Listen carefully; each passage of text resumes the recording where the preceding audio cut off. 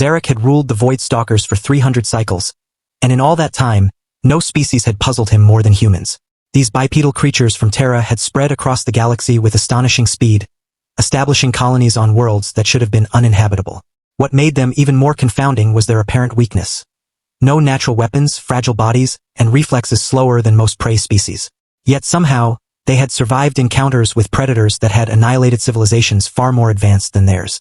The Alpha's massive form coiled in the shadows of his command vessel as he reviewed the latest reports. His species, the Void Stalkers, were apex predators by any measure. Standing 12 meters tall with obsidian carapaces and razor-sharp talons, they had hunted across 1,000 worlds.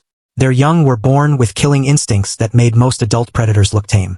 But the humans, they continued to elude him, and Zarac's patience was wearing thin. Lieutenant Kexter, Zarac hissed, his voice a grinding rumble. The human colony on Kepler 442b shows no signs of evacuation despite our proximity warnings. They seem unaware of the danger. The lieutenant's mandibles clicked. Yes, Lord Alpha. The colony was small, perhaps 2,000 humans scattered across a forested continent. It would have been child's play to eliminate them. Yet every time Zarac had confronted humans directly, their behavior defied every principle of predator and prey. An idea sparked in his ancient mind. Kexter, he rumbled. Prepare the nursery pods. Confusion clicked across Kexter's mandibles. We will conduct a test, Zarac continued. Take 3 of our youngest cubs, barely past their first molar.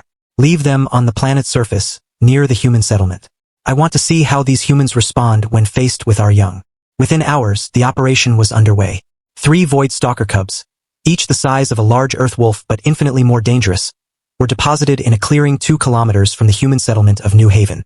The cubs were capable of survival, but young enough to trigger the protective instincts of any intelligent species. Zarac settled into orbit, certain the test would reveal humanity's true nature. They would either flee in terror from juveniles, proving themselves cowards, or attempt to kill them, revealing hidden aggression. What actually happened defied all expectation. Dr. Sarah Chen was the first to spot the cubs during her morning botanical survey. The xenobiologist had been cataloging local flora when she stumbled upon 3 obsidian forms huddled together in the clearing. Her breath caught. She recognized them immediately from the colony's threat assessment files, Void Stalker young. Any rational being would have run. Any survival-oriented species would have evacuated immediately. Sarah crouched, studying them carefully. They were injured.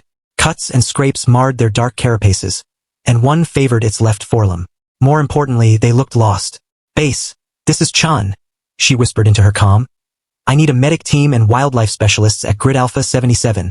Sarah, what's your situation? Came the calm, concerned voice of Colony Director Marcus Webb. We have 3 juvenile Void Stalkers, she said. They appear abandoned and injured.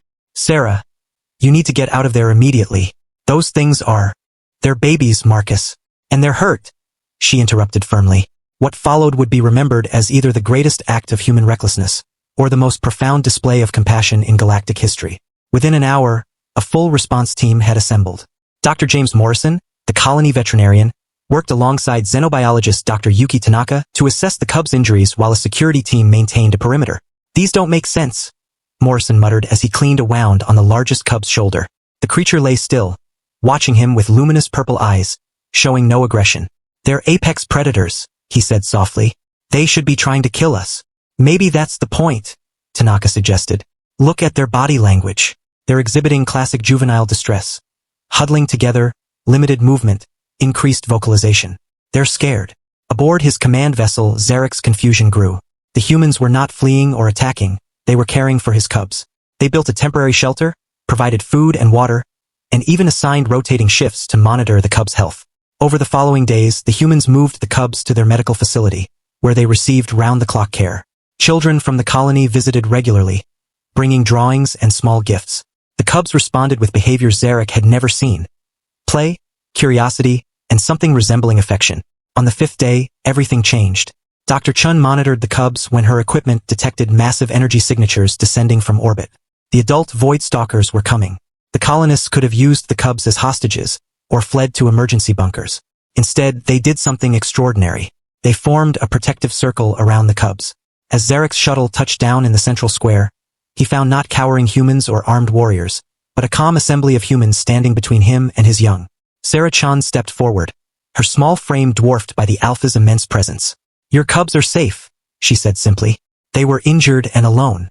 We cared for them. Zarac's 4 eyes fixed on her. In his centuries of existence, he had encountered countless species. Some fought, some fled, some tried to bargain. None had ever voluntarily protected his offspring. You cared for my young?